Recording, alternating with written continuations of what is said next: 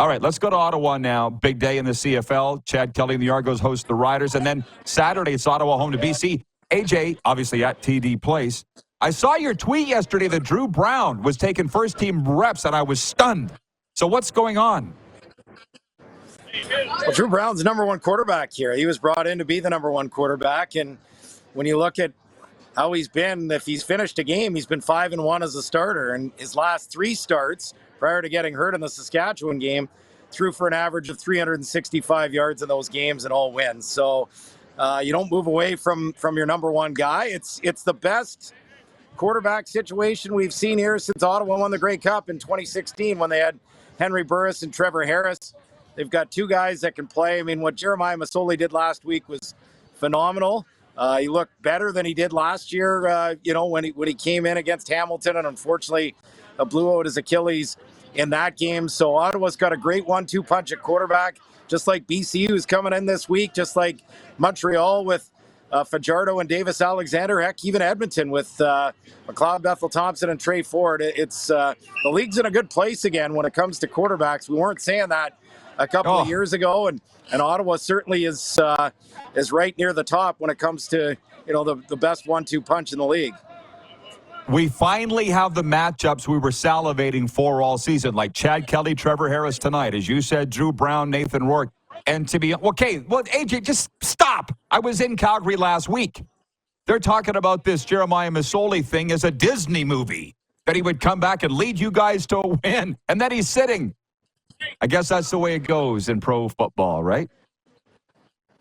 Yeah, and I think, everyone's competitive, but I think he knew coming in this year at a reduced rate that he was going to be the backup. And look, Drew Brown has done everything asked of him and getting better each and every week. And so you'd love to be able to see Jeremiah Masoli continue this storybook situation. But, it's the CFL. He's probably going to be called upon at some point between now and the end of the season. And I just think Ottawa's in a real good spot. I mean, like for a lot of years, they haven't had any quarterbacks that they could say was a true number one. And now all of a sudden, it really looks like they've got 2 guys that can win them games. And you've got 2 other guys here in Tyree Adams and Dustin Crum who have won games and started in this league as well. So certainly Ottawa's dealing with a point of strength here right now after, for the last few years being on the other end of it.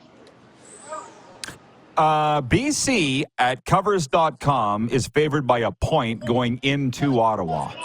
And I just don't think I can take the bet. I got to think that joint's going to be sold out Saturday night. Like, why is it the Rourke factor? How would BC be favored in Ottawa Saturday by anybody?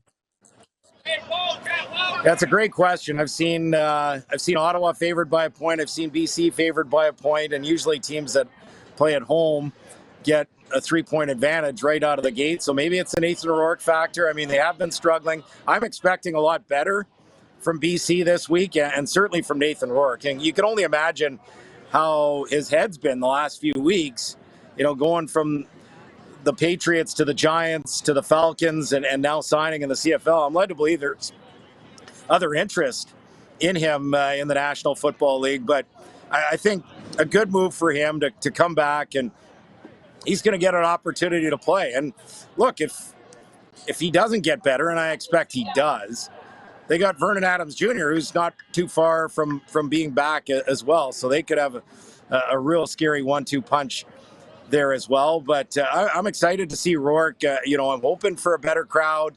It's been a little bit slow. It's kind of like turning around a ship. This team won 14 games in 4 years, and a lot of people still aren't buying in. I know the September games are selling well, but it got the all-decade team coming in this week. There's a lot going on, and this team hasn't lost a game at home. So I'd love to see a big crowd, and weather's supposed to be good Saturday as well.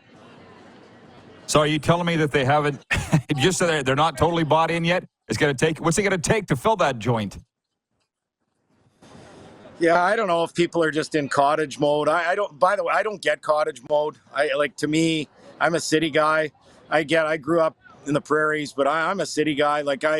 I don't know, like it's August. Come and watch football. You're going to sit and stare at the lake for 5 hours? I don't understand that. But that's what people tell me. People love going to their cottages, and maybe they can't go now for a few weeks or months. Well, too bad. You're not going to be bored stiff for a few months either. Okay. We got our hockey fans checking in, a lot of them today. I got to ask you, do the Ottawa Senators make the playoffs in year one under Travis Green?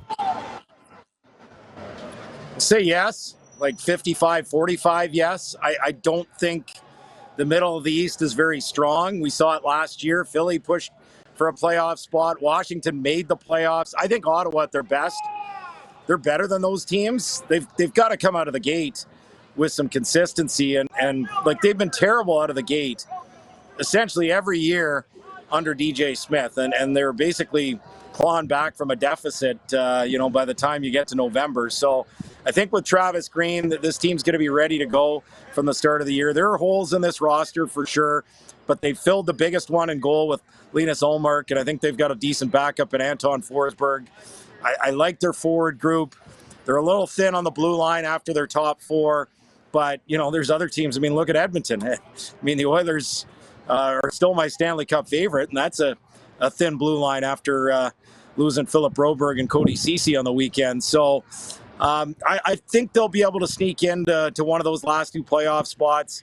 I don't like them finishing top three in the division when you've got Boston, Toronto, and Florida. But right now I would say probably Tampa Bay, Ottawa, Detroit, Buffalo all have a decent chance to make it out of this division as a wild card, and I'll take the Ottawa Senators to break the 7-year drought. Love it. Love it. Love it. Keep it up, my man. Rich in Edmonton writes in. He says, one thing I know about AJ, there's no bigger supporter of the CFL in the capital. Keep bringing it, man. I'm listening all the time. Thanks for the time today, AJ. Anytime, Roddy. Take care. Thanks, pal. He's one of the good one. AJ Jakubec, the voice of the Red Blacks on TSN 1200.